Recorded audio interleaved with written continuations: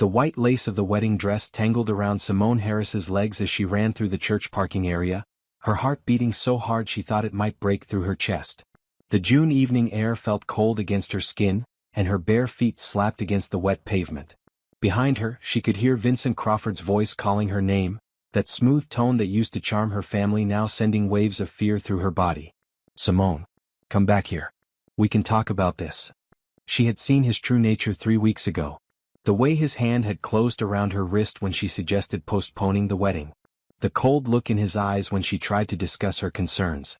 The bruise had faded, but the memory remained sharp and terrifying. Her family needed the money Vincent's family offered.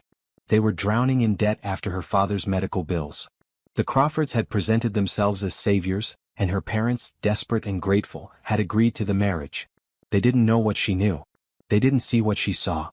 Tonight was supposed to be her wedding night. Instead, she was running for her life in a dress that cost more than her family's monthly rent. The parking area was dark except for the streetlights casting long shadows. Most of the guests were still inside the church, waiting for the ceremony to begin.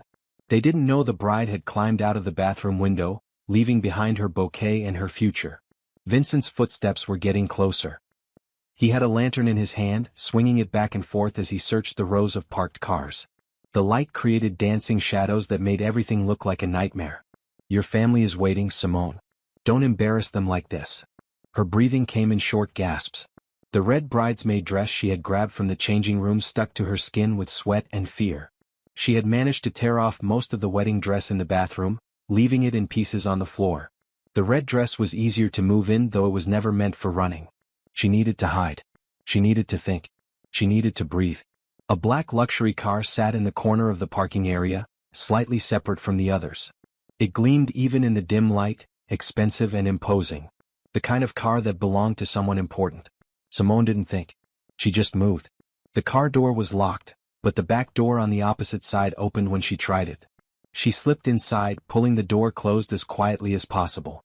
The interior smelled like leather and something expensive she couldn't name. She crouched down on the floor behind the front seats, making herself as small as possible. Through the tinted windows, she could see Vincent's lantern lights sweeping across the parking area. He was checking each car, looking in windows, searching for any sign of her. Her whole body shook. The red dress felt like it was suffocating her. She pressed her hand against her mouth to muffle her breathing. Vincent's shadow passed by the car. The lantern light crossed the windows. Simone closed her eyes and prayed to every higher power she could think of. "Please, please, please." The footsteps moved past. The light faded. She stayed frozen in position, afraid to move, afraid to breathe too loudly. Minutes passed like hours. Her legs cramped from the awkward position, but she didn't dare shift. She heard Vincent's voice again, farther away now, talking to someone else. Probably one of his groomsmen helping with the search. She can't have gone far. Check the street. I'll look around back. More footsteps. More voices. The search was expanding. Simone knew she couldn't stay hidden in this car forever. Eventually, someone would find her. Eventually, Vincent would drag her back to that church, and this time there would be no escape. But for this moment, she was safe. For this moment, she could breathe. The car's interior was spacious and comfortable. She could see a laptop bag on the front passenger seat, some files with a company logo she didn't recognize. Whoever owned this car had money. Real money. The kind that made Vincent's family wealth look small. She wondered what kind of person drove a car like this. Probably someone at the wedding, maybe a business associate of Vincent's father. Someone who would hand her right back to her fiancé without a second thought. The realization made her stomach turn. She was trapped. Even in her hiding place, she was trapped. Time passed slowly. The sounds of the search seemed to move away from the parking area. Maybe they thought she had made it to the street. Maybe they were checking nearby shops and cafes. Simone's body began to relax slightly, though the fear never left. She shifted carefully, trying to ease the cramp in her legs. The movement made her bare foot brush against something soft on the car floor. A blanket maybe, or a jacket. She was so tired. The adrenaline that had carried her through the escape was fading, leaving behind exhaustion and pain. Her feet hurt from running on pavement. Her arms ached from tearing off the wedding dress. Her heart hurt from the weight of everything she was leaving behind. Her phone was gone, left in her purse back at the church. She had no money, no identification, nowhere to go. Her family would be furious. Vincent would be relentless in his search. She had burned every bridge in one desperate moment of self-preservation. But she was alive. She was free. For however long it lasted, she was free. The car door suddenly opened.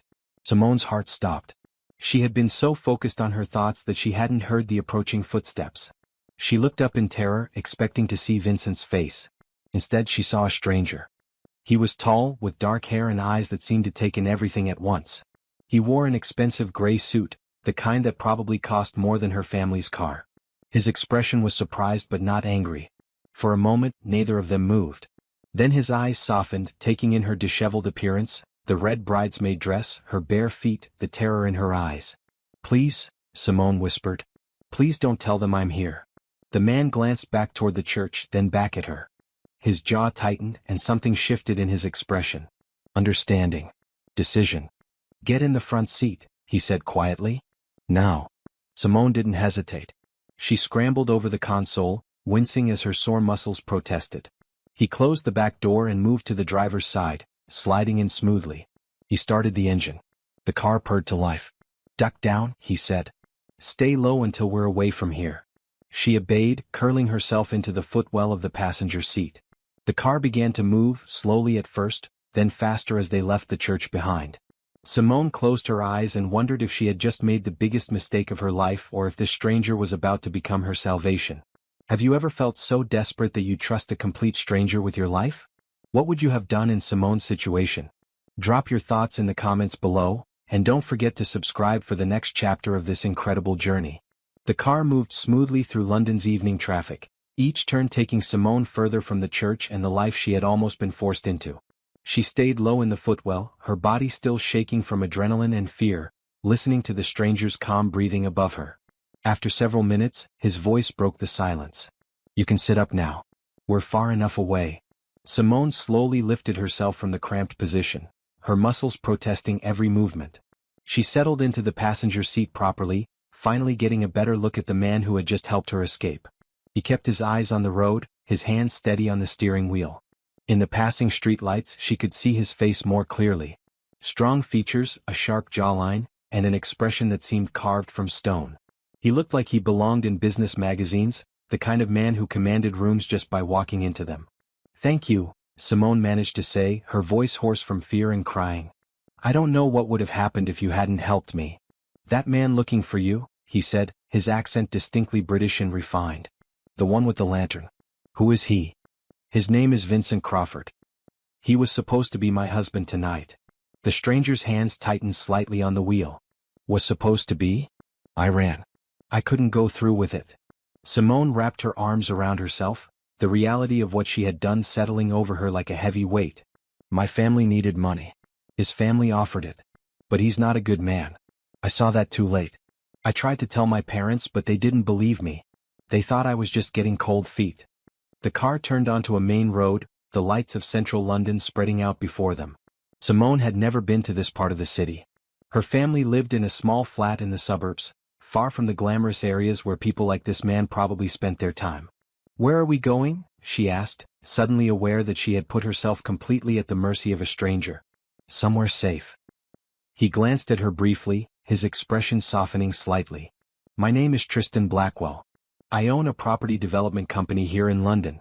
I was at that church for a business associate's daughter's wedding." "I assumed that was you?" Simone shook her head. "No. Vincent's family knows a lot of people. It was a big wedding. They invited half of London, I think." "But you don't want to marry him?" "No." The word came out firm and clear. "I'd rather have nothing than spend my life afraid." Tristan nodded slowly as if he understood something deeper in her words. They drove in silence for a few more minutes before he spoke again. "I'm going to take you to my home. You'll be safe there while we figure out what to do next. I have good security and staff who are discreet. Vincent Crawford won't be able to find you." Simone felt tears prick her eyes again, but this time they were tears of relief. "Yes, please. Thank you. I don't have anywhere else to go." "You don't need to thank me." Tristan's voice was gentle but firm. "No one should be forced into a marriage they don't want." They drove through the city, past tall buildings and busy streets full of people living their normal Saturday evening lives. Simone watched them through the window, feeling like she was in a dream. Just hours ago, she had been standing in that church bathroom, staring at herself in the mirror, trying to find the courage to go through with the wedding. Now she was in a stranger's car, driving toward an unknown future. "Can I ask you something?" Simone said quietly. "Of course. Why did you help me? You don't know me. You could have just closed the door and called Vincent." Tristan was quiet for a moment, his expression thoughtful. "Let's just say I have personal reasons for hating forced marriages. I've seen what they can do to people. When I saw you in my car, terrified and desperate, I knew I couldn't be part of your capture." Something in his tone told Simone there was a deeper story there, but she didn't press. He had helped her when he didn't have to. That was enough. The car pulled up to a tall building with a modern glass facade. A doorman in a green uniform immediately stepped forward, opening Tristan's door. "Good evening, Mr. Blackwell." "Good evening, Thomas. Please have the car taken care of." Tristan walked around to Simone's side, opening her door and offering his hand. She took it, grateful for the support as her legs felt shaky standing up. The doorman's eyes widened slightly at her appearance, the red bridesmaid dress wrinkled and slightly torn, her bare feet dirty from running, but he maintained his professional composure. "Thomas, this is Miss Simone Harris. She'll be staying with me for a while. Please inform Mrs. Chen to prepare the guest suite." "Of course, sir. Right away." They walked into the building's lobby, all marble and modern art. Simone felt completely out of place in her disheveled state, but Tristan's hand remained steady under her elbow, guiding her to the elevator. Inside the elevator she finally asked, "Who is Mrs. Chen?" "My housekeeper. She's been with me for 10 years. She's kind and will help you with anything you need." The elevator rose smoothly, climbing higher and higher until it reached the top floor. When the doors opened, they stepped directly into a penthouse that took Simone's breath away. Floor-to-ceiling windows showed the entire London skyline. The furniture was modern and expensive, all clean lines and tasteful colors. A maroon velvet sofa sat in the living area, and she could see a kitchen that looked like something from a magazine. An older Asian woman with kind eyes and gray hair pulled into a neat bun appeared from a hallway. She wore a blue cardigan and had a warm smile. "Mr. Blackwell," Thomas called ahead. "I have the guest room ready." "Oh, you poor dear." Her attention shifted to Simone, and without hesitation she crossed the room and took Simone's hands in hers. "You look like you've been through something terrible. Come with me. Let's get you comfortable. Mrs. Chen, this is Simone Harris. She'll be staying with us. She needs clothes, food, and safety." "Of course. I'll take care of everything." Mrs. Chen's grip on Simone's hands was firm and reassuring. "I have a daughter about your size. I'll bring some clothes for now and we can sort out proper shopping tomorrow." "Thank you," Simone said, her voice breaking slightly. "Thank you both so much." Mrs. Chen led her down a hallway to a bedroom that was larger than Simone's entire flat. A queen-sized bed with a blue comforter dominated the space, and another wall of windows showed the city lights twinkling in the distance. "The bathroom is through that door. I'll bring towels and clothes. Take a hot shower. You'll feel better." After Mrs. Chen left, Simone stood in the middle of the room, trying to process everything that had happened in the last few hours.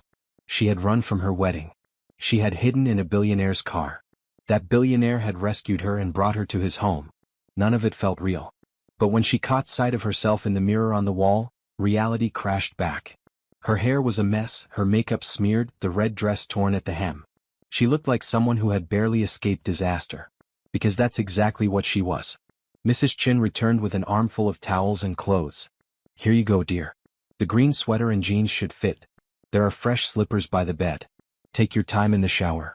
Mr. Blackwell is ordering dinner. Do you have any food allergies?" "No, I'll eat anything. Thank you." "Good. You look like you need a proper meal." After Mrs. Chen left again, Simone walked into the bathroom. It was all white marble and chrome, with a shower that had more settings than she knew what to do with. She turned on the water, letting it heat up while she carefully removed the red dress. Under the hot water, she finally allowed herself to cry. All the fear, all the stress, all the weight of her decision poured out. She scrubbed her skin until it was pink, washing away the remnants of the day she had almost become someone's unwilling wife. When she emerged, wrapped in a soft towel, she found the green sweater and jeans laid out on the bed along with underclothes still in packages. Mrs. Chen had thought of everything. The clothes fit well enough. The sweater was soft and comfortable, the jeans a bit loose but manageable. She towel-dried her hair and looked at herself in the mirror again. This version of herself looked different. Still scared, still uncertain, but also free. There was a soft knock on the door. "Come in," Simone called. Tristan entered, now changed from his suit into more casual clothes, dark pants and a white shirt. He carried a tray with tea and biscuits. "Mrs. Chin thought you might like this while we wait for dinner. How are you feeling?" "Better. Cleaner."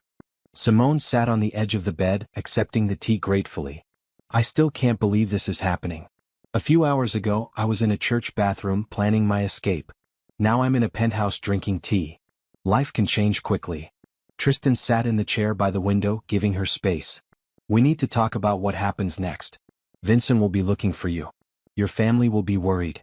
The mention of her family made Simone's heart ache. "They're going to be so angry with me. They needed that money. Vincent's family was going to pay off all our debts." "How much do they owe?" Simone told him the amount, and she saw something flicker in his expression. It wasn't pity exactly. More like understanding. "I'll take care of it," he said simply. "What?" "No, I couldn't ask you to do that." "You're not asking. I'm offering." His voice was firm but kind.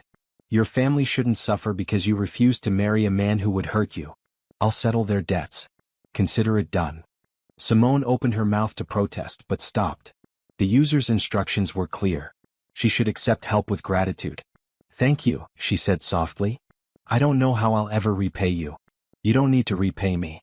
Just focus on building the life you want. That's payment enough." A timer beeped from the kitchen and Mrs. Chen's voice called out, "Dinner's ready." They moved to the dining area, where Mrs. Chen had set out a simple but delicious meal. Roasted chicken, vegetables, fresh bread. Simone realized she hadn't eaten since breakfast and she was starving. As they ate, Tristan explained his plan. "Tomorrow I'll have my lawyers draw up papers to break the engagement contract. I'll also make it clear to the Crawfords that you're under my protection. They'll back off." "Why would they listen to you?" Tristan's smile was slightly grim. "Because I'm Tristan Blackwell. In London's business world, that name carries weight. They won't want me as an enemy." "Are you dangerous?" The question slipped out before Simone could stop it. "Not to people who don't deserve it. But I have a reputation for being ruthless in business. It's a reputation I've earned. People respect it or they fear it. Either way, they listen." After dinner, Mrs. Chin showed Simone how to work the entertainment system in her room and brought her some books from the penthouse library. Tristan said goodnight, reminding her that she was safe and could call for anything she needed. Alone in the luxurious guest room, Simone climbed into the soft bed and stared at the ceiling. She thought about Vincent, probably still searching for her. She thought about her parents, discovering their daughter had fled. She thought about the life she had almost been trapped in. And she thought about Tristan Blackwell, the stranger who had become her protector in one unexpected moment. As she drifted off to sleep for the first time in weeks, she felt safe. Morning sunlight streaming through the floor-to-ceiling windows woke Simone. For a moment she forgot where she was. The soft sheets, the expensive bed, the view of London spreading out before her, all felt like a dream. Then reality returned. She had escaped her wedding. She was in Tristan Blackwell's guest room. Her life had changed completely in less than 24 hours. There was a soft knock on the door and Mrs. Chen entered with a tray. "Good morning, dear. I brought you breakfast. Mr. Blackwell is already in his office, but he asked me to check on you."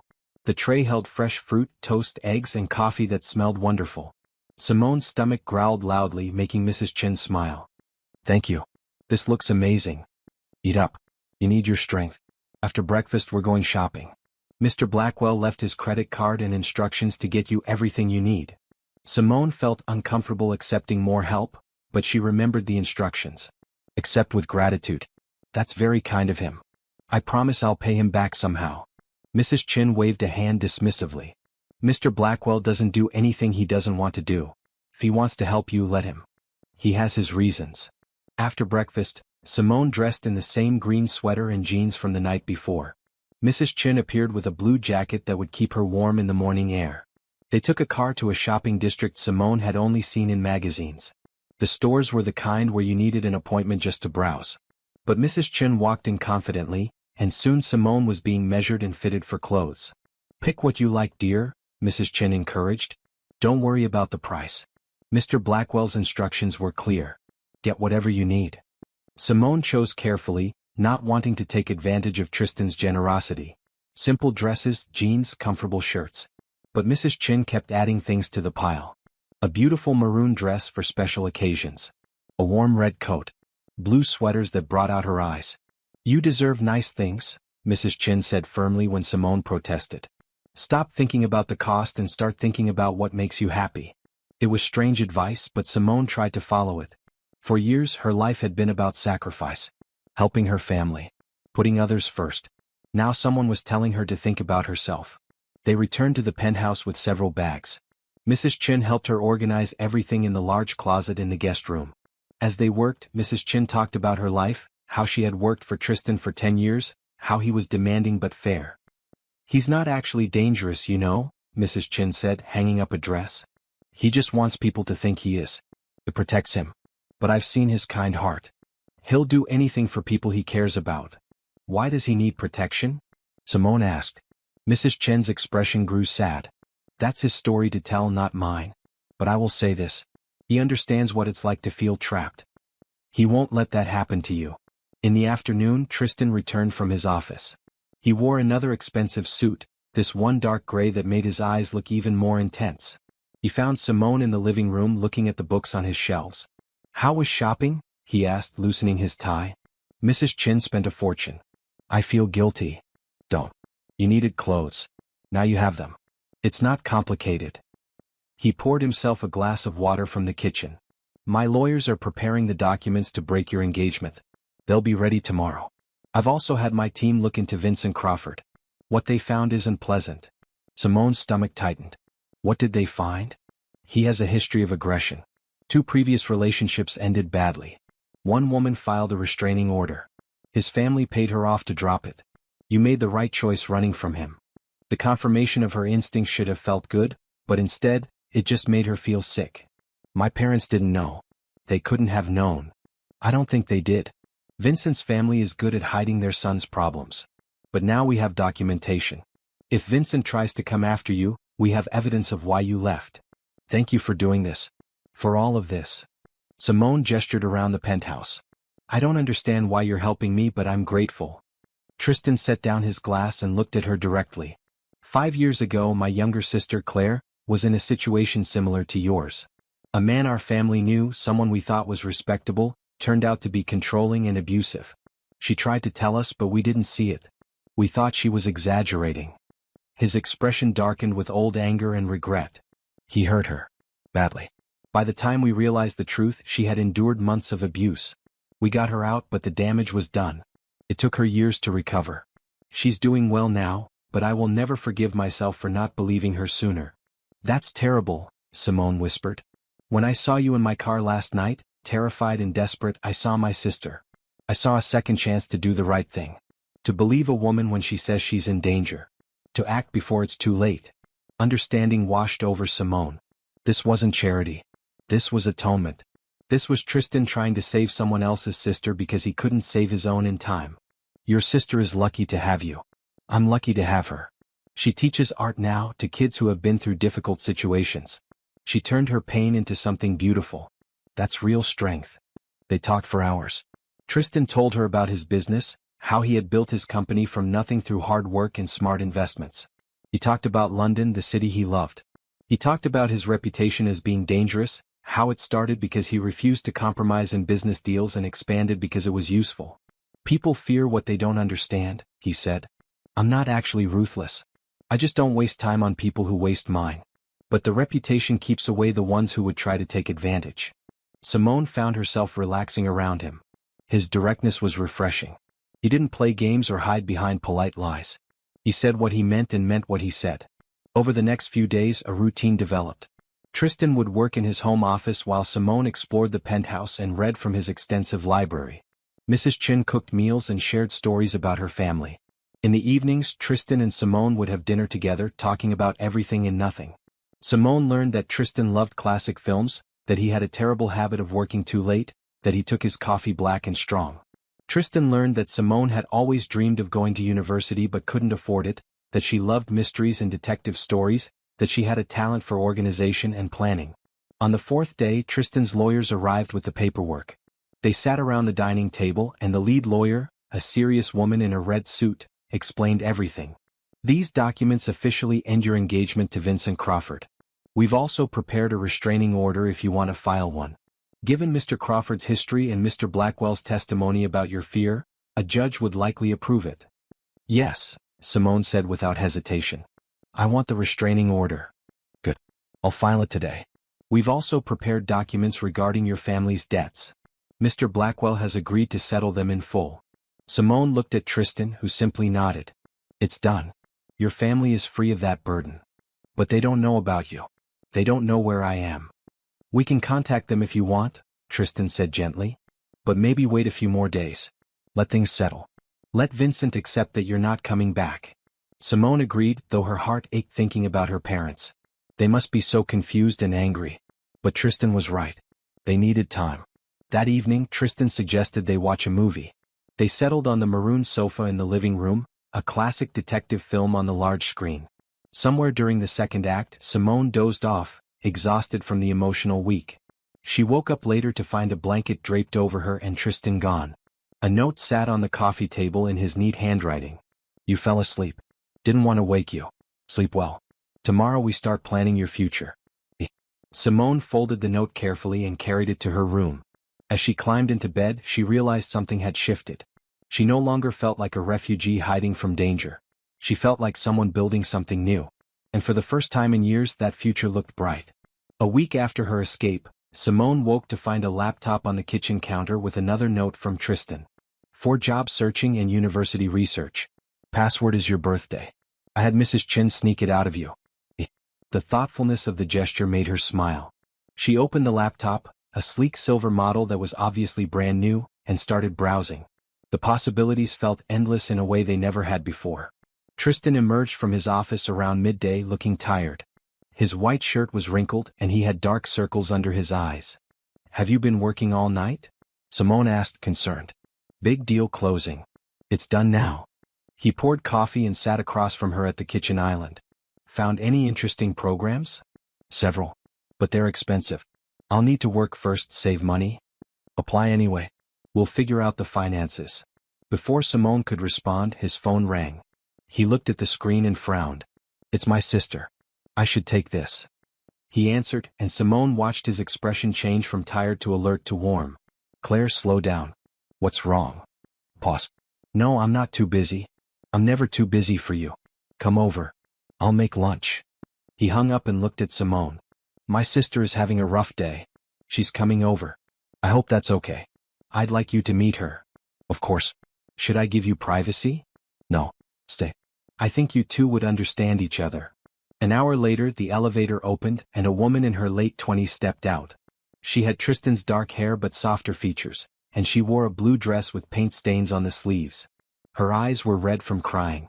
Tris, she said, and Tristan immediately pulled her into a hug. I'm here. Whatever it is, we'll handle it. After a moment, Claire pulled back and noticed Simone. Oh, I'm sorry. I didn't know you had company. Claire, this is Simone Harris. She's staying with me for a while. Simone, my sister Claire. Claire's eyes widened slightly with understanding. You're the woman who ran from her wedding. Thomas told me. He tells me everything. She crossed to Simone and took her hands. I'm so glad you got out. The simple statement, delivered with such sincerity, made Simone's throat tight. Thank you. Your brother has been very kind. He's the best person I know, even if he tries to hide it behind that scary businessman act. Claire squeezed Simone's hands and then let go. I'm sorry for barging in like this. I'm having one of those days where the past feels too close. Sit, Tristan said gently. Tell me what happened. As Tristan made sandwiches, Claire explained. She had run into her ex at an art supply store. The man who had hurt her years ago. He had tried to talk to her to apologize and she had frozen. I thought I was past this, Claire said, her voice breaking. I thought I was strong enough now. You are strong, Tristan said firmly. Strength doesn't mean you never feel afraid. It means you keep going even when you do. Your brother is right, Simone added softly. I've spent the last week beating myself up for being scared.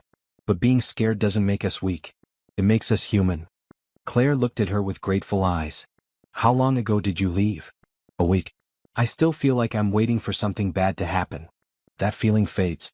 It takes time, but it fades. Claire accepted a sandwich from Tristan. Did he hurt you? Your fiancé? Once.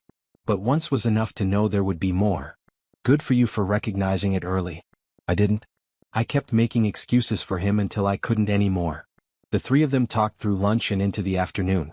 Claire shared her journey of recovery, the therapy, the art classes that helped her heal. Simone talked about her family, her fears about the future, her dreams that had been pushed aside for so long. Tristan mostly listened, interjecting occasionally with support or a dry comment that made them both laugh. Watching him with his sister, Simone saw a different side of him. The fierce protectiveness, yes, but also deep love and gentleness. Before Claire left, she hugged Simone tightly. "Come to my art studio sometime. I'll teach you to paint. It's surprisingly therapeutic." "I'd like that." After Claire was gone, Simone helped Tristan clean up the lunch dishes. "Your sister is wonderful." "She is. What she went through, what she survived, it changed her. But she didn't let it break her." He dried a plate thoughtfully. "She told me once that the worst part wasn't the physical hurt. It was losing trust in her own judgment. Wondering if she could ever believe in her choices again." "I understand that. I keep thinking about the warning signs I ignored with Vincent. The small comments that should have been red flags. That's not your fault. People like Vincent are good at hiding who they really are.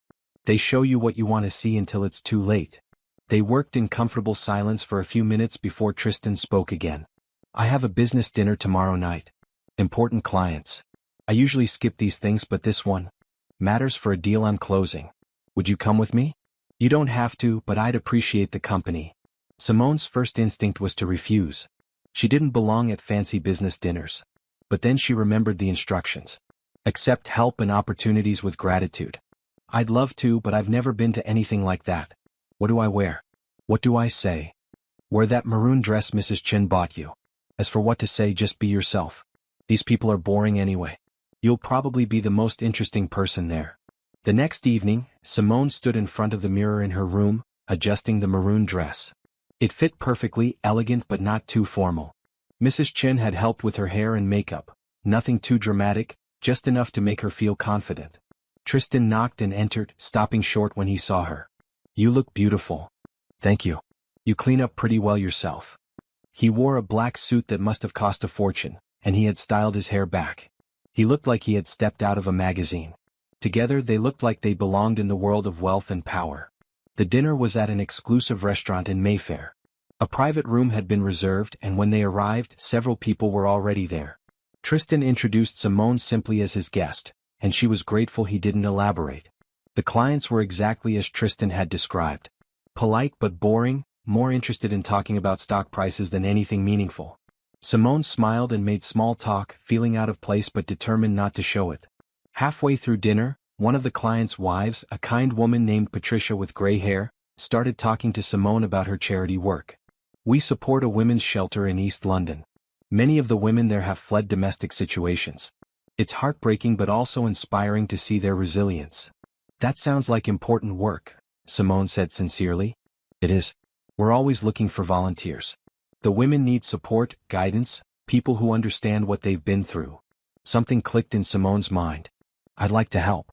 If you need volunteers, I have time and I think I could relate to what those women are going through." Patricia's face lit up. "Really? That would be wonderful. Here, take my card. Call me next week and I'll introduce you to the shelter director." Tristan, who had been listening to the conversation while pretending to focus on business talk, caught her eye and smiled. It was a small smile, but it held pride and approval. After dinner, as they drove home, Tristan said, "You were great tonight. Patricia has been trying to get me to volunteer at that shelter for years. I write checks, but she wants actual involvement. She'll be thrilled you're interested." "I am interested. I kept thinking about what Claire said about turning pain into something beautiful. Maybe I can help other women who are where I was a week ago." "You absolutely can. And I think it will help you too. Helping others often helps us heal ourselves." They arrived back at the penthouse, and Mrs. Chen had left tea and cookies in the kitchen before going home for the night. They sat in the living room, tea in hand, still in their formal clothes. "Thank you for taking me tonight," Simone said. "I know you didn't have to. I wanted to. You're easy to be around. You don't treat me like Tristan Blackwell, the feared CEO. You just treat me like a person. That's all you are. A person who happens to be very successful and kind. Most people don't see the kind part. They just see the success and assume the worst. Their loss." Simone set down her teacup. "Can I ask you something personal?" "Always. Do you ever get lonely? In this big penthouse with all your success, do you ever wish for something simpler?" Tristan was quiet for a long moment. "Yes, often. Success is nice, but it can be isolating. People want things from you. They see opportunities, not a person. It's rare to find someone who doesn't want anything except your company. I want your company, Simone said softly. Not your money, not your connections. Just you. The air between them shifted, becoming charged with something neither of them had acknowledged until that moment. Tristan looked at her, really looked at her, and Simone felt her breath catch. Simone, he started, but she interrupted. I know this is complicated. I know I'm in a vulnerable place. But I also know that I enjoy every moment I spend with you. I wake up looking forward to our conversations. I go to sleep thinking about the things you said. This isn't gratitude talking. This is me genuinely caring about you. I care about you too. More than I probably should, given the circumstances. He stood and moved to the window looking out at the city. But you're right about one thing. This is complicated. You've just escaped one situation. I don't want you to feel pressured into another. Simone stood and walked to him. What if this isn't pressure? What if this is just two people who found each other at the right time? Tristan turned to face her. The look in his eyes was intense, full of feelings he was clearly trying to control.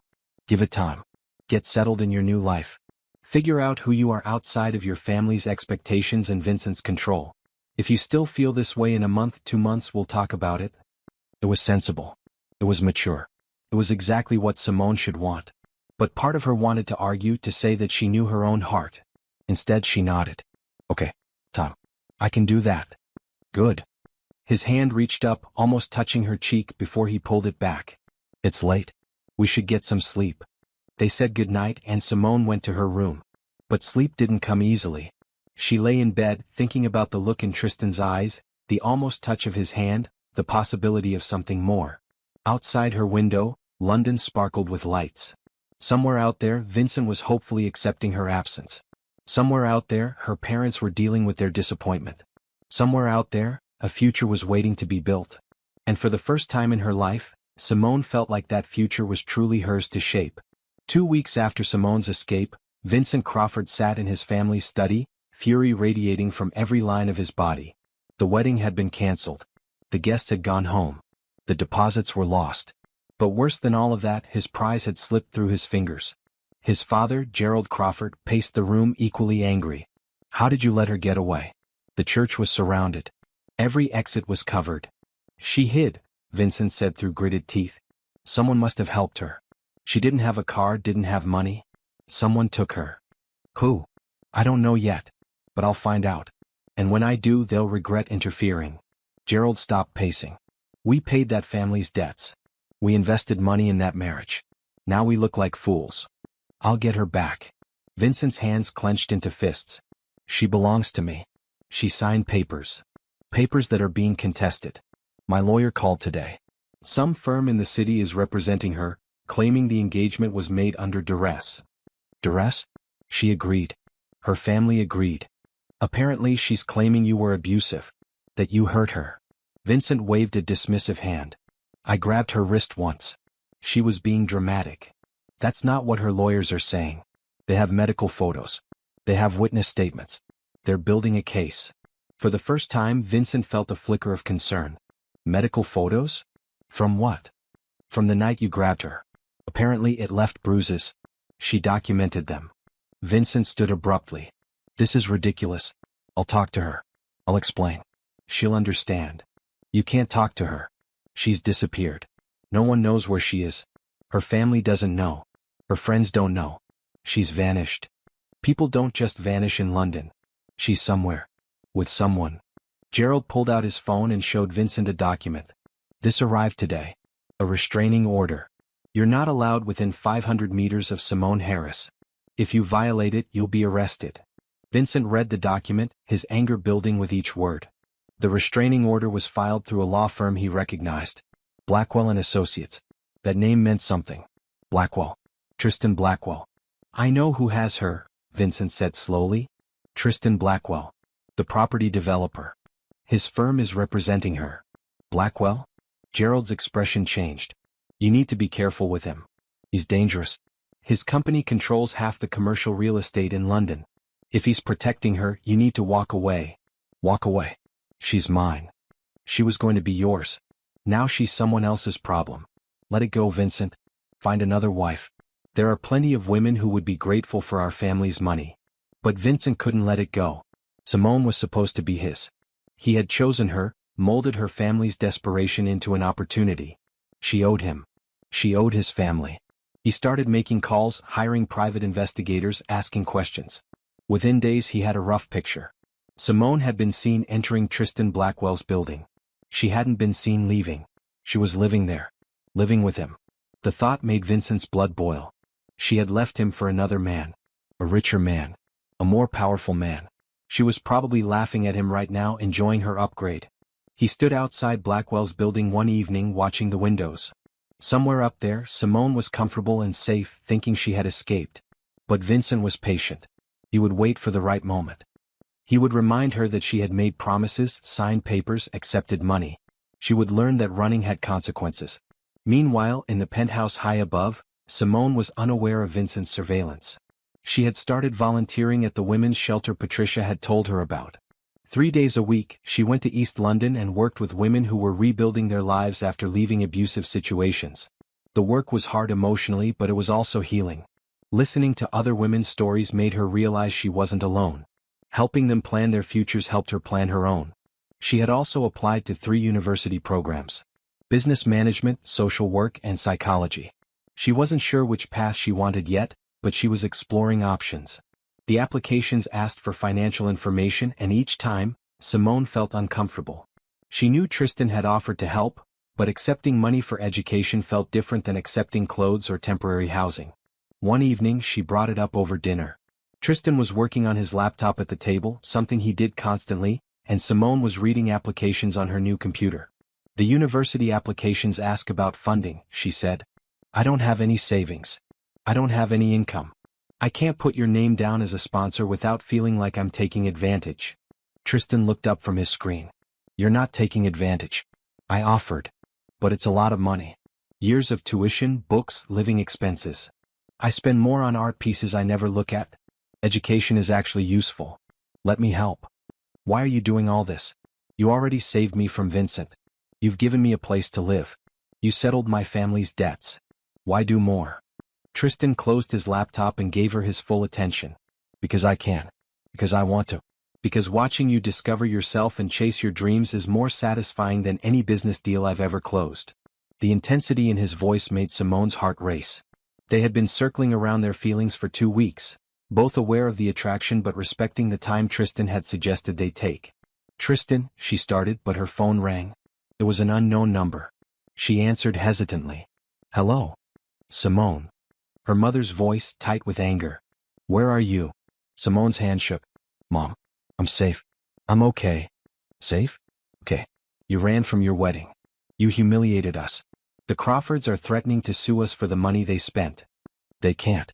The debts were paid. You're not obligated to them anymore. There was a long pause. How do you know that? What have you done? Someone helped me. Someone who understood why I couldn't marry Vincent. Oh. Who is this person? Simone looked at Tristan, who nodded encouragingly. His name is Tristan Blackwell. He's helping me get back on my feet. Another pause, longer this time. Tristan Blackwell, the billionaire? Simone, what have you gotten yourself into? It's not what you think. He's kind. He's helping me because he believes I deserve better than Vincent. Vincent is a good man. His family is respectable. Vincent hurt me, Mom. He grabbed me hard enough to leave bruises. That's why I ran. I was scared. She heard her mother's sharp intake of breath. He hurt you. Yes. I tried to tell you before the wedding, but you thought I was nervous. I wasn't nervous. I was terrified. Why didn't you tell us it was that bad? I tried. You and Dad were so focused on the money, on solving the debt problem, that you didn't hear me. Her mother was crying now. We didn't know. We would never have pushed you if we knew. I know, Mom. I know you thought you were doing the right thing. But I couldn't go through with it. I had to run. Where are you now? I'm safe. I'm with Tristan. He's taking care of me. We want to see you. Your father needs to meet this man who's taken responsibility for you. Simone looked at Tristan again, who nodded. Okay. We can arrange something. But Mom, you need to understand. I'm not coming back to marry Vincent. That's over. The engagement is broken. The restraining order is filed. It's done. If he hurt you, then good. You were right to leave. But we still need to meet this Blackwell man. We need to know our daughter is safe. After a few more minutes of conversation, they agreed to meet for lunch the following weekend. When Simone hung up, she felt drained. That was harder than I thought it would be, she admitted. You did well. You stood your ground. You told your truth. They want to meet you. I assumed they would. I'll make sure they understand my intentions are honorable. What are your intentions? The question slipped out before Simone could stop it. Tristan stood and walked to her side of the table. He crouched down so they were eye level. My intentions are to give you space and time to heal. To support you in building the life you want. To be your friend, your protector, and maybe if you'll let me something more when you're ready. I think I'm ready now. Give it time. Please. I want you to be sure. I want you to choose me because you want me, not because I'm a safe haven from a storm. He was right and Simone knew it. But that didn't make the waiting any easier. That night she couldn't sleep. She kept thinking about Vincent, about how he had probably heard by now that she was with Tristan. She kept thinking about the anger in his eyes when she had told him she wanted to postpone the wedding. Around midnight she got up for water. As she passed the living room windows, something caught her eye. A car parked across the street, someone sitting inside. In the streetlight she could just make out a figure watching the building. Her blood ran cold. She went to Tristan's room and knocked softly. He answered immediately, alert despite the late hour. What's wrong? There's someone watching the building. A car across the street. Tristan was instantly focused. He went to the window and looked down. His jaw tightened. I see it. Stay here. He pulled out his phone and made a call. James, it's Tristan. There's a car outside my building. Black sedan license plate. He read off the number. I need you to check it out. James was apparently his head of security. Within minutes, Tristan's phone rang again. He listened, his expression growing darker. Thank you. Keep someone on it. He hung up and looked at Simone. It's Vincent Crawford. He's been watching the building for the past 3 days. Simone felt like she couldn't breathe. He knows where I am. He knows where I live. He doesn't know which floor or unit. The building has security. He can't get in. But he's out there. Watching. Tristan pulled her into a hug, the first time he had really touched her beyond a helping hand. I won't let him hurt you. I promise. Simone clung to him, feeling safe despite the fear. What do we do? Tomorrow we increase security. I'll have my team document his surveillance. If he violates the restraining order, we'll have him arrested. But tonight you're safe. He can't touch you here. They stood there for a long moment, Simone wrapped in Tristan's arms, both of them looking out at the city that held danger and promise in equal measure. I'm not letting you go, Tristan said softly. Not to him. Not to anyone. You're under my protection and I don't break my promises. I know. Simone looked up at him. I trust you. And she did. Completely. Whatever happened next, she knew Tristan would keep her safe. The next morning, Tristan's security team was already in place. Cameras were monitoring the street. Guards were stationed at all entrances. When Simone expressed concern about the cost, Tristan just shook his head. Your safety is worth more than money. Vincent's car disappeared by midday, but the security remained. Tristan wasn't taking chances. That weekend, they met Simone's parents at a quiet restaurant in North London. Her father, Thomas Harris, was a tall man with gray hair and tired eyes. Her mother, Joyce, looked older than Simone remembered, worn down by stress and worry. The introduction was tense. Thomas looked at Tristan with suspicion, clearly trying to understand why a billionaire would help his daughter. Joyce kept glancing between Simone and Tristan, searching for something in their interaction.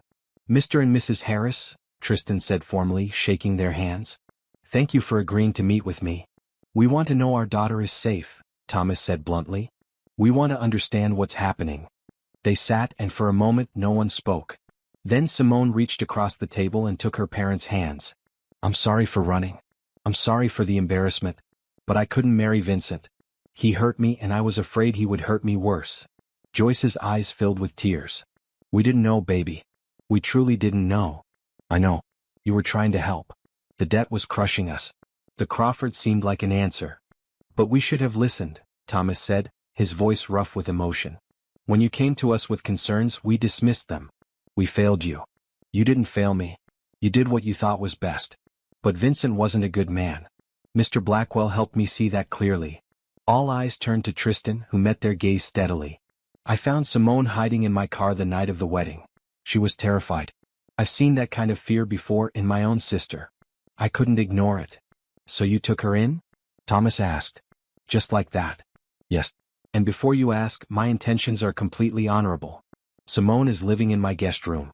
My housekeeper, Mrs. Chen, is there daily. Simone is free to come and go as she pleases.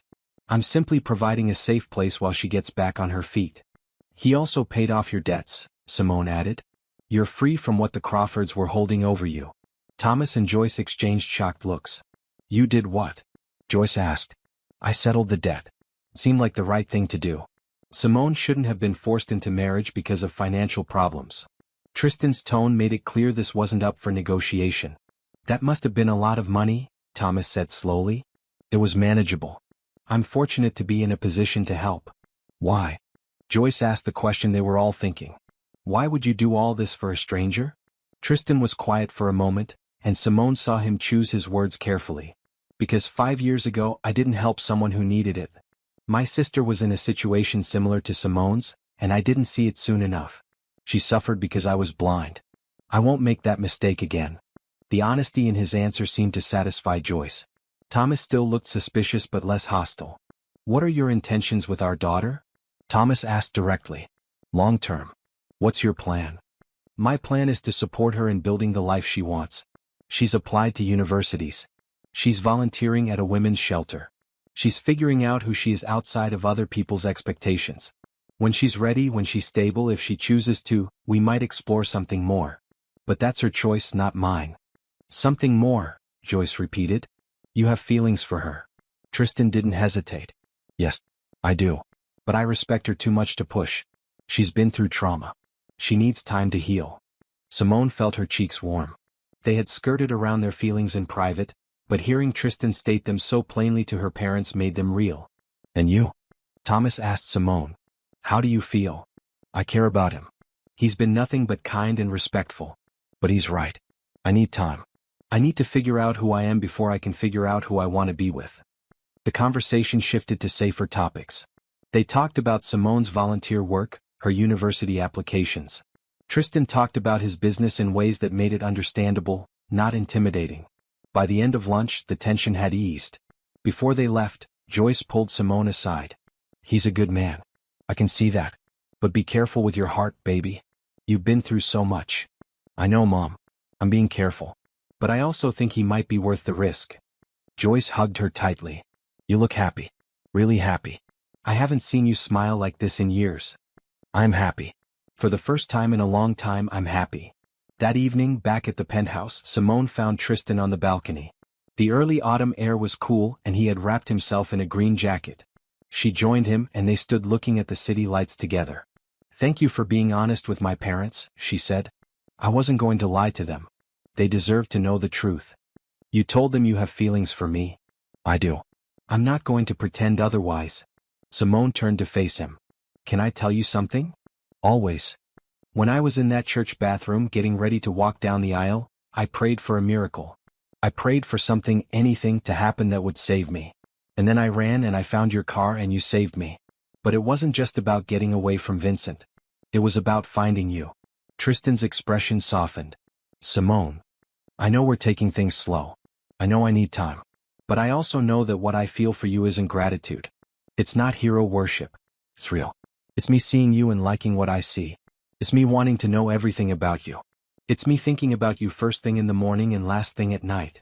I feel the same way. But I meant what I said to your parents. I want you to be sure. I want you to choose me because you want me, not because I'm safe. Can't you be both?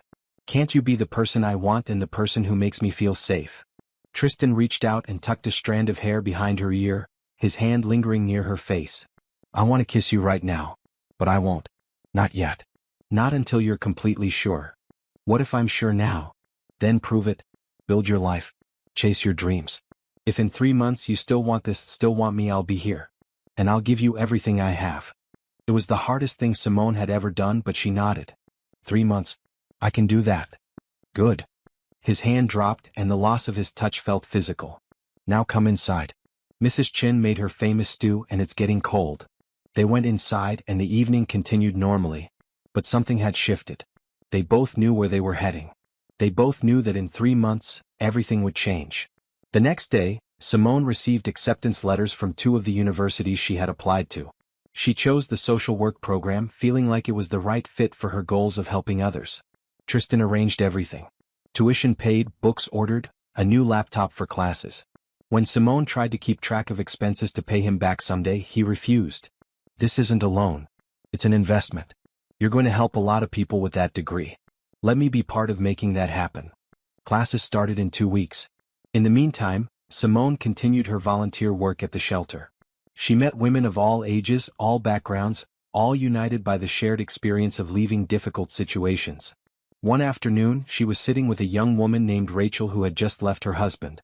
Rachel was scared, uncertain, convinced she had made a mistake. What if I can't make it on my own? Rachel asked. What if I need him? Simone took her hand. You don't need him. You need safety. You need peace. You need the chance to be yourself. Those things you can find on your own. And you won't be alone. There are people who want to help. Like you. Yes, like me. And the people at this shelter. And anyone else who understands that leaving takes more courage than staying. Rachel squeezed her hand. How did you do it? How did you leave? I got scared enough that fear of staying was worse than fear of leaving. And then I got lucky. Someone helped me at the right moment. Now I'm trying to pay that forward. After Rachel left, Patricia approached Simone. You're good at this. Have you thought about making it a career? I'm starting a social work degree in 2 weeks. Perfect. When you graduate, come talk to me. We need people like you here full-time. The offer made Simone's heart swell. A future. A purpose. A career helping people. It was more than she had dared to dream just months ago. That night, she told Tristan about the offer. They were sitting in the living room, him with business reports, her with a book from his library. That's wonderful, he said genuinely. You'll be brilliant at it. I can't believe how much my life has changed. A month ago, I was about to marry someone I was afraid of. Now I'm starting university, volunteering at a shelter, and thinking about a career I love. You did this. I just provided some support. You provided more than support. You provided hope. You showed me that kindness exists, that people can help without expecting anything in return. I expect something, Tristan said quietly. Simone looked up. What? I expect you to be happy. I expect you to build the life you deserve. I expect you to remember that you're strong and capable and worthy of good things. He closed his laptop and looked at her directly. And selfishly, I expect that at the end of your 3-month deadline, you'll still want to give us a chance. I will, Simone said with certainty. I already know I will. But I'll give you the 3 months anyway. To prove to both of us that this is real. 2 months and 3 weeks now, Tristan said with a slight smile. But who's counting? You are, apparently. Every day. The admission hung in the air between them, full of promise and patience. They were walking toward each other slowly, carefully, making sure the foundation was solid before they built something permanent. And for Simone, that patience felt like the greatest gift of all. As October settled over London, Simone's new life took shape. University classes were challenging but fulfilling. She discovered she had a natural talent for understanding people's motivations and struggles. Her professors praised her insight, and her classmates often asked for her perspective on difficult case studies. 3 days a week, she still volunteered at the shelter. The work was draining but meaningful. Every woman she helped felt like a step toward healing her own wounds. Patricia had become a mentor, teaching her the practical side of social work that textbooks didn't cover. And through it all, Tristan was a constant presence. Not hovering, not controlling, just there. He asked about her classes, celebrated her successes, listened when she needed to process difficult cases from the shelter. Their relationship deepened in small, significant ways. Morning coffee together before he left for his office. Dinner conversations that stretched for hours. Weekend walks through London parks, always with security nearby but distant enough to give them privacy. They learned each other's rhythms. Simone discovered that Tristan worked best late at night, his mind sharpest after midnight. Tristan learned that Simone needed quiet mornings to prepare for busy days. They found compromises, small adjustments that made sharing space easy. One Saturday afternoon, Tristan suggested they visit his sister Claire's art studio. The studio was in a converted warehouse in East London, full of light and color. Claire's paintings covered the walls, bold and emotional. Simone, Claire greeted them with a hug. I'm so glad you came. I want to show you something. She led them to a corner where a series of paintings hung. They were all of women, different ages and backgrounds, but all sharing the same expression of strength mixed with vulnerability. This is my Survivor series, Claire explained. I paint women who have been through difficult times but came out stronger. I'd like to paint you if you're willing. Simone was touched. You'd want to paint me? Absolutely. You have this quality, this light in your eyes that wasn't there when I first met you. That's the transformation I try to capture. I'd be honored. They scheduled sessions for the painting, and Claire set Simone up with an easel and supplies. While I paint you, you paint too. Trust me, it's therapeutic. So began a new routine. Twice a month, Simone spent afternoons at Claire's studio. Claire would paint while Simone experimented with colors and shapes, talking about everything and nothing. During one session, Claire asked, "How much longer on your 3-month deadline?" 6 weeks. Why? Because my brother is counting down the days like a kid waiting for Christmas. He's completely in love with you, you know? Simone's hand stilled on the canvas. He told you that? He didn't have to. I can see it. The way he talks about you, the way his whole face changes when you enter a room. I've never seen him like this with anyone. I feel the same way about him. Then why wait? Why not just tell him now? Because he asked me to wait. Because he wants me to be sure. And because I think the waiting is important. We're building something solid. Rushing it might weaken the foundation. Claire smiled. You're good for him. You make him remember that life isn't just about business deals and reputation. You make him happy. That evening, Tristan took Simone to the London Eye. They had a private capsule, just the two of them and the security guard who maintained a discreet distance. As the wheel lifted them above the city, Simone pressed close to the window, taking in the view. This is beautiful, she breathed. Tristan stood behind her, close but not touching. I've been coming here since I was a kid. My father used to bring Claire and me when we needed to remember how big the world is, how many possibilities exist. Your father sounds like he was wise. He was. He died when I was 25, just as I was starting the company. He never got to see what I built, but I hope he'd be proud. Simone turned to face him. He would be. You're an incredible person, Tristan. The way you help people, the way you protect the ones you care about. Your father would be very proud. I hope so. I hope he'd also be proud of how I'm handling this, us. The waiting is killing me, but I know it's right. 5 weeks now. I know. I'm counting. As the capsule reached the top, London spread out below them in all directions. Lights twinkled like stars, and the Thames wound through the city like a ribbon. It was magical and peaceful. Thank you for this, Simone said. For everything, but especially for this moment. There will be many more moments like this. I promise you that. Something in his tone made Simone's heart race. This wasn't just about the view or the date. This was a promise for the future.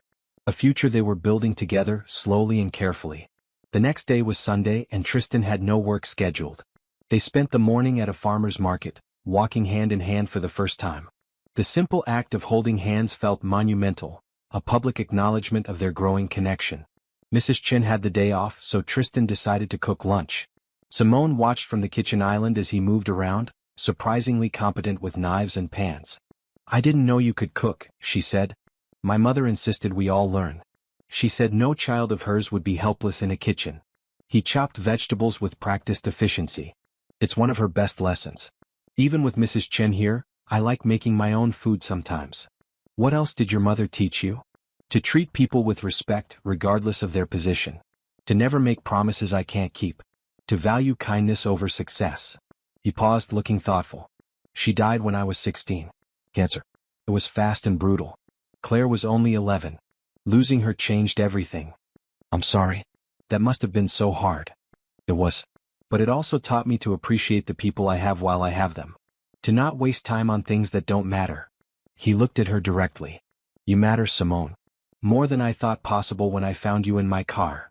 You matter to me too. They ate the lunch he prepared, a simple pasta with fresh vegetables, and talked about everything. Childhood memories, embarrassing moments, dreams for the future. The conversation flowed easily, punctuated by laughter and comfortable silences. In the afternoon, they watched an old movie on the maroon sofa. Halfway through, Simone's head drifted onto Tristan's shoulder. He adjusted slightly, making her more comfortable, and they stayed that way for the rest of the film. When the movie ended, neither moved. The afternoon sun streamed through the windows, bathing the room in golden light. This is nice, Simone murmured. Just being here with you. It is. His arm came around her shoulders, holding her gently. I could get used to this. 4 weeks and 6 days. Tristan laughed softly. Now who's counting? Both of us, apparently. They stayed on the sofa as the afternoon faded into evening, talking and simply being together. It was one of those perfect days that felt suspended in time, where nothing dramatic happened but everything shifted. That week, Simone had midterm exams. She studied hard, using the desk in her room in the quiet of the penthouse. Tristan adjusted his schedule, working from home so he could be nearby if she needed anything. The day of her final exam, she came home exhausted but relieved. Tristan had ordered her favorite takeout and had set up a celebration in the living room.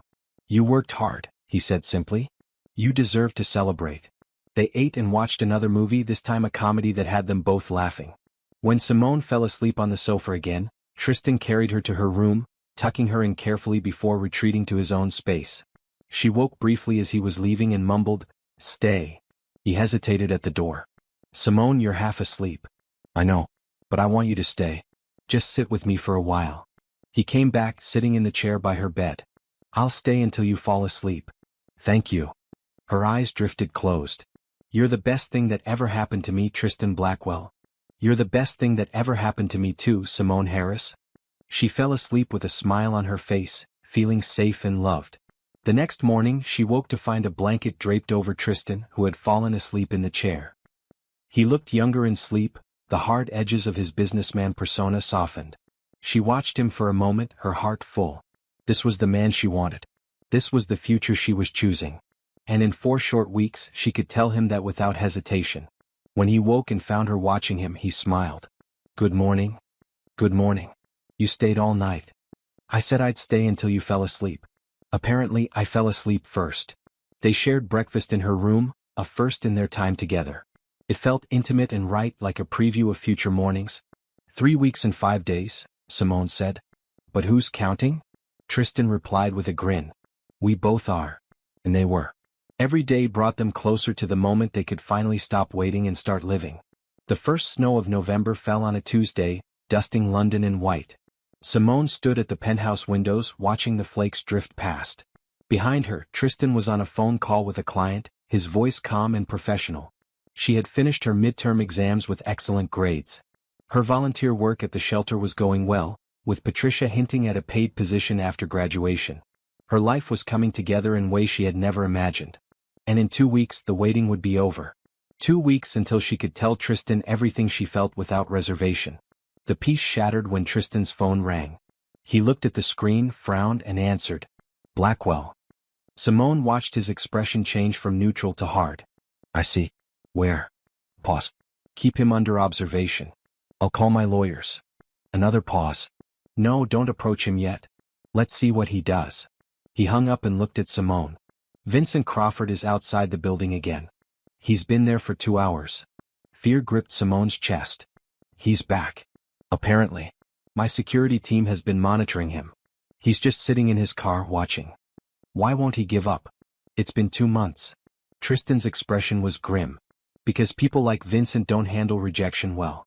He sees you as property he lost. He wants you back not because he loves you but because he can't accept losing." "What do? We document everything. Every time he violates the restraining order, we report it.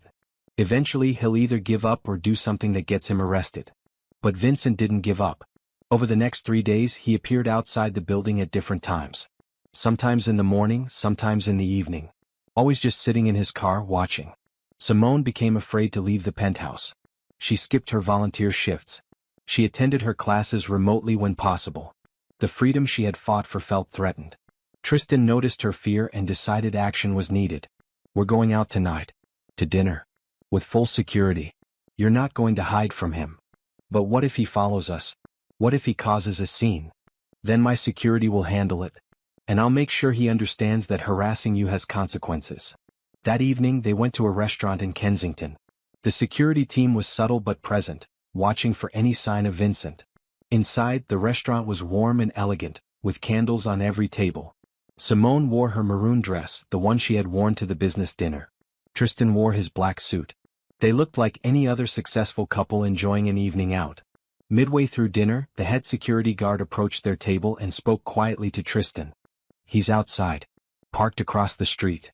Tristan's jaw tightened, but his voice remained calm. "Keep monitoring. If he approaches, intercept him." Simone felt her appetite disappear. He followed us. He's obsessed. But we're not going to let him control our lives. Finish your meal. We're not running.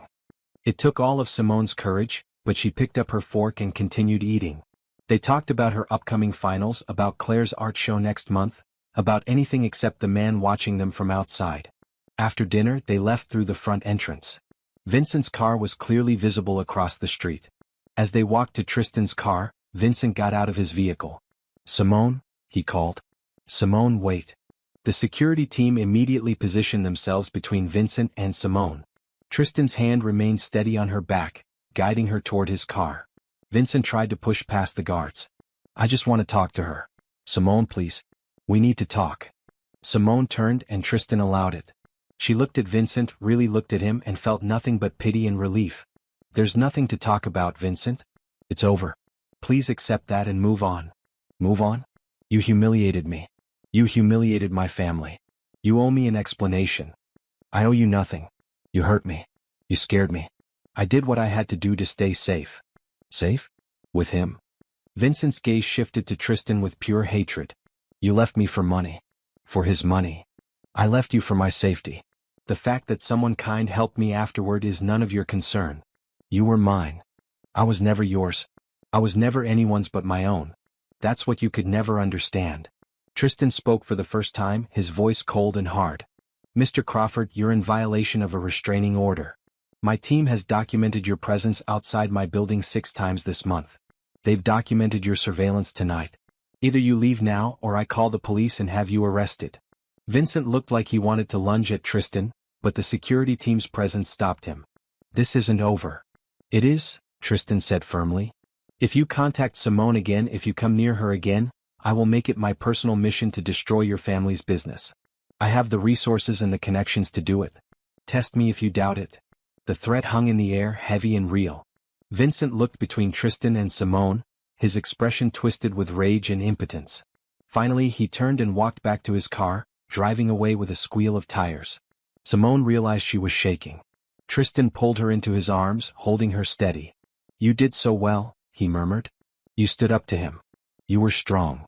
I was terrified. Courage isn't the absence of fear. It's acting despite fear. You were incredibly brave." They drove home in silence, security vehicles following. Once inside the penthouse, Simone collapsed on the sofa, all her adrenaline draining away. Tristan brought her tea and sat beside her. "My lawyers are filing another police report. With the documentation we have, they should be able to take action." "Will they arrest him?" "Probably not immediately. But they'll warn him. And if he violates the order again, yes, they'll arrest him. I thought I was done being afraid of him. But tonight, seeing him, I was that girl in the church bathroom again. But you didn't run. You faced him. You told him the truth. That's not weakness. That's strength." Simone leaned against Tristan's shoulder, and he wrapped his arm around her. They sat that way for a long time, finding comfort in each other's presence. 10 days, Simone said quietly. 10 days, Tristan agreed. And then everything changes. What if Vincent keeps showing up? What if he never gives up? Then we deal with it. Together. You're not alone in this anymore. The next morning, Tristan's lawyers delivered good news.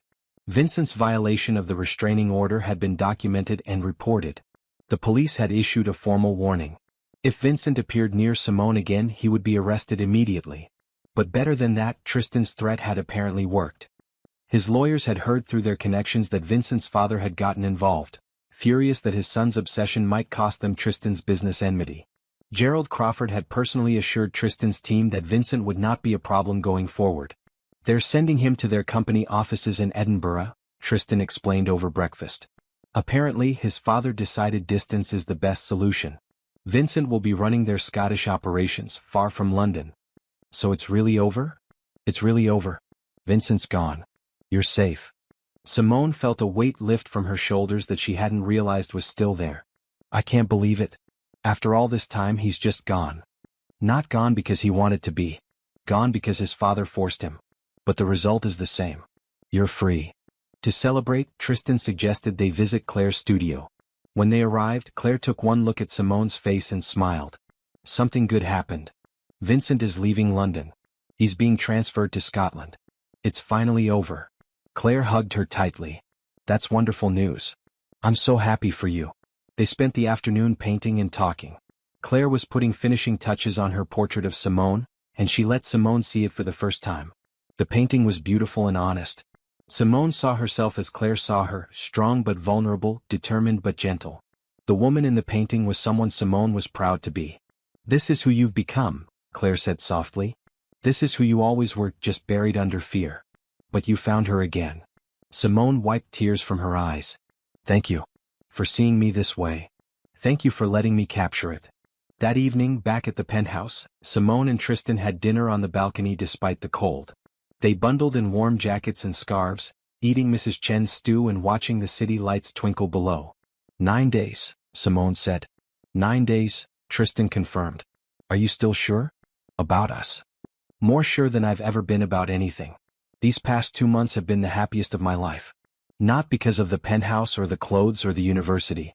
Because of you. Because of who I get to be when I'm with you. Tristan reached across the small table and took her hand. I feel the same way. You've made me remember what it's like to care about something other than work. To want something more than success. What do you want? I want you. I want mornings together and evenings like this. I want to support your dreams and share mine with you. I want to build a life that matters, not just a business that succeeds. That's what I want too. They finished dinner and moved inside, settling on the sofa with hot chocolate. A movie played on the screen, but neither paid much attention. They were too focused on each other, on the future that was just days away. Simone, Tristan said quietly, when the waiting is over, when we can finally acknowledge this publicly, I want to do it right. I want to take you on real dates. I want to introduce you as my girlfriend, not my guest. I want everyone to know how I feel about you. I want that too. All of it. Good. Because I'm planning something special for day 90. Our first official date. You're planning something? Maybe. His smile was mysterious. You'll have to wait and see. 9 days suddenly felt like an eternity, but it was also comforting. They had waited this long.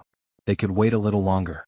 And when the waiting was finally over, everything they had built would be solid and real and permanent. The final week of waiting passed in a blur of activity. Simone had her last university classes before the holiday break. Her professors praised her final papers, and one suggested she consider graduate school after completing her bachelor's degree. Patricia from the shelter formally offered Simone a paid internship starting after graduation. You're exactly what we need here. Someone who understands, who cares, who has the education and the heart. Say yes. Simone accepted gratefully, knowing this was the beginning of her career. Her parents visited again, this time more relaxed. They had met Tristan several times now and had accepted that he was genuinely helping their daughter. Over dinner at the penthouse, Thomas pulled Tristan aside. I want to thank you properly, Thomas said, for everything you've done for Simone, for our family. We can never repay you. You don't need to repay me. Seeing Simone happy, seeing her thrive, that's payment enough. She's different now. Confident. Strong. That's partly because of you. That's all her own strength. I just gave her space to find it. Joyce hugged Simone goodbye at the end of the evening. You're in love with him, aren't you? Yes. Completely. Good. He's in love with you too. Anyone can see it. Be happy, baby. You deserve it. 3 days before the deadline, Claire called. I need you both at my studio tomorrow. I'm having a small showing of my Survivors series, and I want you to see it before anyone else. At the studio the next day, Simone gasped. The walls were covered with Claire's paintings, each one a portrait of a different woman. Each face told a story of pain transformed into strength. In the center wall, given the place of honor, was Simone's portrait. The title card read, Rebirth. Simone Harris. 2024. You're the centerpiece of the collection, Claire explained. Because your story embodies what this series is about. Escape, healing, and transformation. Simone couldn't stop crying. It's perfect. Thank you. Tristan stood beside her, his hand on her back, pride evident in his expression. My sister captures truth. This is the real you. The showing was scheduled for next month, but Claire wanted to give them a private preview. As they walked through the gallery, looking at each painting, each story, Simone felt honored to be included among such strong women. 2 days before the deadline, Tristan came home early from work. Pack a bag. We're going somewhere for the weekend. Where? It's a surprise. Comfortable clothes, warm layers. Mrs. Chen will help you pack. Mrs. Chen appeared with a knowing smile, shooing Simone toward her room. Go on, dear. Let me pack for you. Mr. Blackwell has been planning this for weeks. They left that evening, driving out of London as the sun set. Simone watched the city fade behind them, replaced by countryside. After 2 hours, they pulled up to a small cottage by a lake, lights glowing warm in the windows. "What is this place?" Simone asked. "My family's cottage. We used to come here when I was a kid. It's peaceful and private. I thought we could use some time away from the city." The cottage was cozy and charming. A green sofa sat in front of a fireplace. The kitchen was small but well equipped. Upstairs, there were 2 bedrooms, each with large windows overlooking the lake. "This is beautiful," Simone breathed. "I'm glad you like it. I wanted our first official day together to be special. Somewhere meaningful to me, somewhere I could share my past with you." They spent the evening by the fire, Tristan sharing stories of childhood summers at the cottage. His father teaching him to fish. His mother painting by the lake. Claire learning to swim in the shallow water near the shore. "This place was our haven," he said. "A place where we could just be a family, away from business and expectations. I wanted to be our haven too." The next day, the 90-day deadline arrived. Simone woke to frost on the windows and the smell of coffee brewing downstairs. She dressed quickly in the blue sweater Mrs. Chen had packed and went to find Tristan. He was on the small deck overlooking the lake, 2 mugs of coffee in hand. When he saw her, his smile was soft and genuine. "Good morning. Happy day 90. Happy day 90. Simone took the coffee he offered. "You really counted every single day. Every single one. Though I'll admit, the last week has been torture." They stood in comfortable silence, watching the morning sun burn off the mist rising from the lake. Finally, Tristan set down his mug and turned to face her. "Simone Harris, 3 months ago I found you hiding in my car, terrified and desperate. I helped you because it was the right thing to do. But somewhere along the way, it became about so much more than helping. It became about you. About who you are, how you think, the way you see the world. It became about the fact that I wake up every morning looking forward to seeing you. I go to sleep every night grateful that you're in my life. I've fallen completely, irreversibly in love with you." Simone's eyes filled with tears. "I love you too. I've loved you for weeks now, but I wanted to wait to give us the time you asked for. But I love you, Tristan. I love your kindness and your strength. I love how you protect people without making them feel weak. I love your dry humor and your late-night work sessions and the way you care so deeply but try to hide it. I love everything about you." Tristan pulled her into his arms, and for a long moment, they just held each other. Then he pulled back slightly, his hand cupping her face. "Can I kiss you now? I've been waiting 90 days for you to kiss me. So yes, please." Their first kiss was soft and gentle, full of promise and patience finally rewarded. When they pulled apart, both were smiling. "Worth the wait," Tristan murmured. "Definitely worth the wait." They spent the rest of the day at the cottage, taking a long walk around the lake, cooking lunch together, sitting by the fire and talking about the future. Their future together. "I want you to officially move into the penthouse," Tristan said. "Not as my guest but as my partner. We can redecorate however you want. Make it our space, not just mine." "I'd love that. Though I like it the way it is. Still, it should feel like yours too. And I want you to keep pursuing your dreams. The internship, the career, all of it. I'll support you however you need. I want to support your dreams too. Tell me what you want beyond business success." Tristan thought for a moment.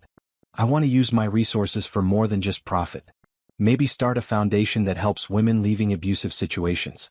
Fund shelters, legal aid, education programs. Use what I have to make a real difference." "That sounds perfect.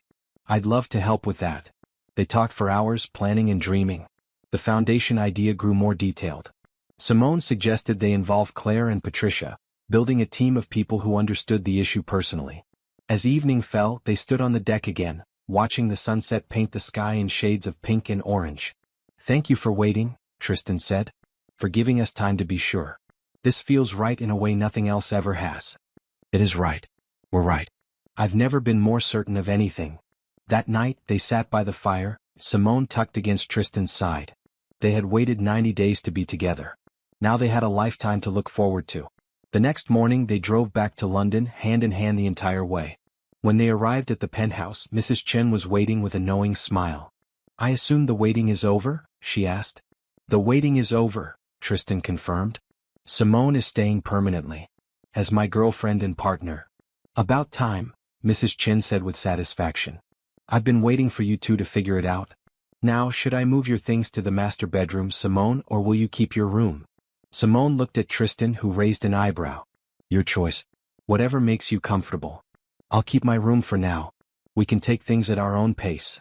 Sensible, Mrs. Chin approved. No need to rush. You have all the time in the world. Have you ever believed in second chances? Do you think Simone and Tristan's love story proves that good things come to those who wait? Share your thoughts in the comments below, and don't forget to subscribe for the final chapter. Over the next few weeks, their relationship settled into a comfortable rhythm. They went on proper dates, dinner and movies and walks through London. Tristan introduced Simone as his girlfriend to his business associates. Simone introduced Tristan to her friends from university and the shelter. Everyone could see they were in love. It wasn't dramatic or flashy. It was quiet and steady and real. Claire's art showing was a huge success. Several of her paintings sold, including one from the Survivors series. But Simone's portrait remained unsold, not because no one wanted it, but because Claire refused to sell it. That one stays with family, Claire said firmly. At the showing, Simone met many of London's art community. Several people wanted to commission Claire for portraits. A gallery owner offered her a solo exhibition. Claire's career was taking off, and she credited Simone with inspiring her best work. Christmas approached, and Tristan asked what Simone wanted for the holiday.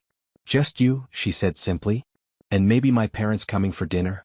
I want all the people I love in one place. Christmas Day was perfect. Thomas and Joyce arrived in the morning, bringing gifts and laughter. Claire joined them for lunch. Mrs. Chen cooked a feast, refusing all offers of help but clearly delighted to have a full house. They exchanged gifts by the tree Tristan had bought at Simone's request. She gave him a watch she had saved for months to buy. He gave her a delicate necklace with a small diamond pendant. It's beautiful, she whispered. It's not about the diamond. It's about what it represents. You're precious to me. You shine in my life. I want you to wear this and remember how much you're loved. As the day wound down and her parents left, Simone found herself alone with Tristan on the balcony. Snow was falling gently, and the city below was blanketed in white.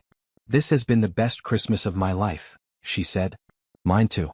Having you here, having family together, this is what matters. Not the success or the money. This. I love you. I love you too. Merry Christmas, Simone. Merry Christmas, Tristan. They kissed under the falling snow, two people who had found each other in the most unexpected way and built something beautiful together. The future stretched before them, full of promise and possibility. And they would face it together, hand in hand, heart to heart. 6 months after their first kiss at the cottage, spring had transformed London. Flowers bloomed in parks, and the city felt alive with possibility. Simone's internship at the shelter had become a permanent position, and she was making a real difference in women's lives every day. Tristan's foundation was officially launched.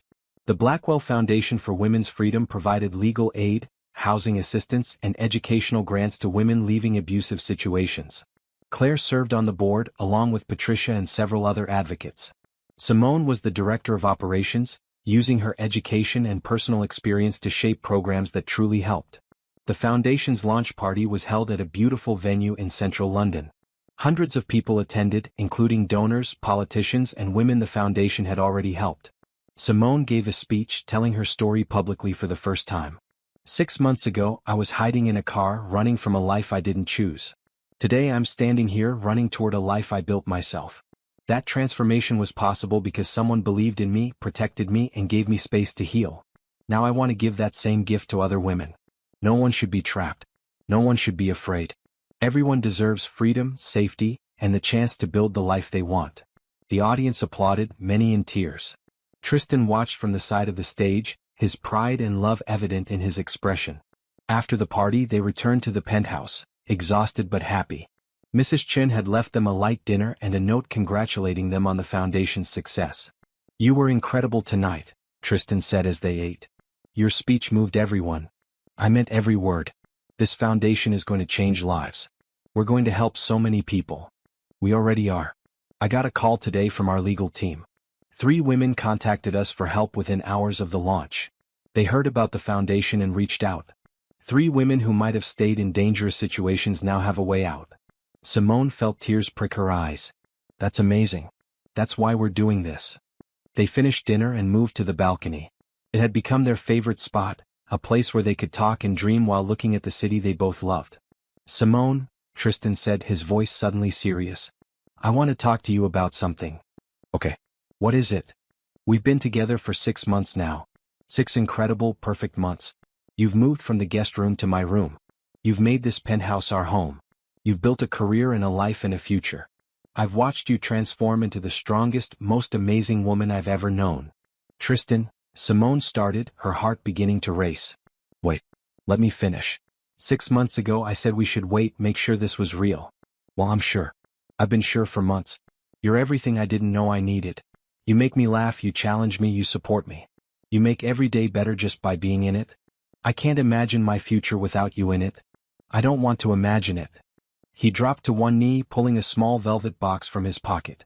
Simone Harris, will you marry me? Will you build a life with me? Will you let me spend every day trying to make you as happy as you've made me? Simone couldn't breathe. Tears streamed down her face. This moment, this question, it was everything she wanted. Yes, she managed to say. Yes, absolutely yes. Tristan slipped the ring onto her finger. It was perfect, a simple diamond set in platinum, elegant and timeless. Then he stood and pulled her into his arms, kissing her deeply. When they pulled apart, both were laughing and crying at the same time. I love you so much, Simone said. I can't believe this is real. It's real. You're real. We're real. And we're going to have an amazing life together. They spent the rest of the evening on the balcony, calling family and friends with the news. Claire screamed with joy. Simone's parents cried happy tears. Mrs. Chin had apparently known it was coming and had champagne ready in the refrigerator. I helped him pick the ring, Mrs. Chin admitted with a smile. He's been planning this for weeks. It's perfect. Everything is perfect. Over the next few months they planned their wedding. Not a huge production, but something intimate and meaningful. They decided on the cottage by the lake where they had shared their first kiss. Claire would officiate, having gotten ordained specifically for this purpose. Simone's parents would be there, along with Mrs. Chin, Patricia, and a small group of close friends. That was all they needed. The foundation continued to grow. More women reached out for help. More donors contributed. More lives were changed. Simone worked tirelessly, pouring her heart into making sure every woman who came to them got the support she needed. Tristan continued running his business empire, but with a new focus. He sought out projects that benefited communities, that created jobs and opportunities. His reputation shifted from feared CEO to respected philanthropist. Their wedding day arrived in late summer. The cottage was decorated with simple flowers and bright colors: red roses, blue hydrangeas, maroon dahlias. A green arch stood by the lake where they would say their vows. Simone wore a dress Claire had helped her choose, simple and elegant in cream silk. No white wedding dress that might remind her of the day she ran. This was different. This was her choice. Tristan wore a blue suit, his eyes shining when he saw Simone walking toward him. The ceremony was short and sweet. Claire spoke about love that comes from respect, from choosing each other every day. Simone and Tristan wrote their own vows. Tristan went first. Simone, the day I found you in my car, I thought I was saving you. But the truth is, you saved me too. You reminded me what matters. You showed me that success means nothing without someone to share it with. You made me believe in love again. I promise to protect you, support you, and love you every day for the rest of my life. Simone's hands shook as she began her vows. Tristan, you gave me freedom when I needed it most. You gave me safety, support, and space to become myself. You never tried to control me or own me. You just loved me exactly as I am. You showed me what healthy love looks like. I promise to be your partner, your friend, and your love. I promise to build a life with you that matters. I promise to choose you every single day. They exchanged rings and Claire pronounced them married. Their first kiss as husband and wife was soft and full of promise. The small reception that followed was full of laughter and joy. Thomas gave a toast about how Tristan had saved his daughter and given their family peace. Joyce cried happy tears through the entire event. Mrs. Chin beamed like a proud mother. As the sun set over the lake, Simone and Tristan stood together where they had shared their first kiss months ago. How does it feel to be Mrs. Blackwell? Tristan asked. Perfect. Right. Like everything led to this moment. She looked at her ring, then at him. Thank you for waiting. Thank you for giving me time to heal and grow. Thank you for choosing me. Thank you for building this life with me. There's nowhere else I'd rather be. They stood there as the stars came out, two people who had found each other in the most unexpected way and created something beautiful together. Later that evening, as guests began to leave, Claire pulled Simone aside. I'm working on a new painting. It's called Forever. It's you and Tristan on your wedding day. I want to capture this happiness. I'd love that. You've captured so much of my journey already. Because your journey is beautiful. From running away to running toward. From fear to love. From darkness to light. That's a story worth painting. The next day, Simone and Tristan drove to the airport for their honeymoon in Italy. 2 weeks of sun, art, and exploring together. On the plane, Simone leaned against Tristan's shoulder. I keep thinking about that night in the church bathroom. How scared I was. How I didn't know how I was going to escape. If you had told me then that I'd end up here, married to someone who loves me, doing work I'm passionate about, I wouldn't have believed you. Life has a way of surprising us. The hardest moments sometimes lead to the best outcomes. Do you ever regret helping me? All the complications, Vincent's harassment, the time and money you invested. Tristan turned to look at her directly. Not for a single second. You're the best thing that ever happened to me. I'd do it all again in a heartbeat. I love you. I love you too. Now and forever. The plane took off, carrying them toward new adventures and new memories. Behind them, London held their home, their work, their friends and family.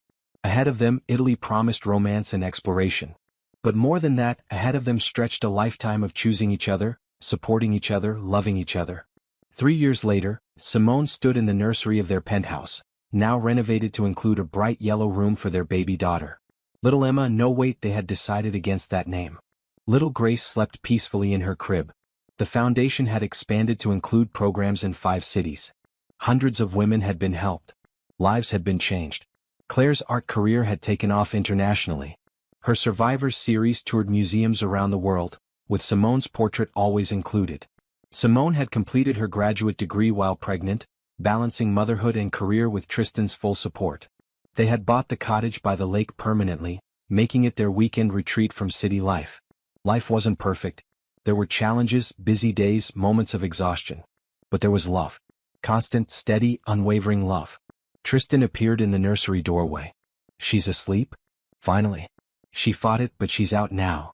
He came to stand beside Simone, both of them looking down at their sleeping daughter. She's beautiful. Just like her mother. She's going to be strong. We'll make sure of that. She'll never doubt her worth or her choices. She'll have great role models. A mother who chose freedom and built an incredible life. A father who will always protect her but never control her. Simone leaned against Tristan, feeling his arm wrap around her waist. We did it. We built something real and lasting. We did. And we're just getting started. Later that night, they stood on their balcony one more time looking at the city lights. The same view they had shared countless times before, but somehow always new. Do you ever think about that night? Simone asked. When you found me in your car? Sometimes. I think about how close I came to just calling security. How my whole life would be different if I had. No you, no Grace, no foundation. Just business and loneliness. I think about it too. How hiding in your car was the best decision I ever made. How running toward an unknown future was braver than staying in a known nightmare. You've always been brave. From that first moment, you were brave. We were both brave. Taking a chance on each other. Building something when we had every reason to be cautious. Tristan turned her to face him, his hands gentle on her shoulders. Simone Blackwell, I would choose you 1,000 times. In 1,000 different lifetimes, I would always choose you. And I would always run to your car and hide. They laughed, the sound carrying across the balcony and into the night. Then they went inside, to their home, to their life, to their future.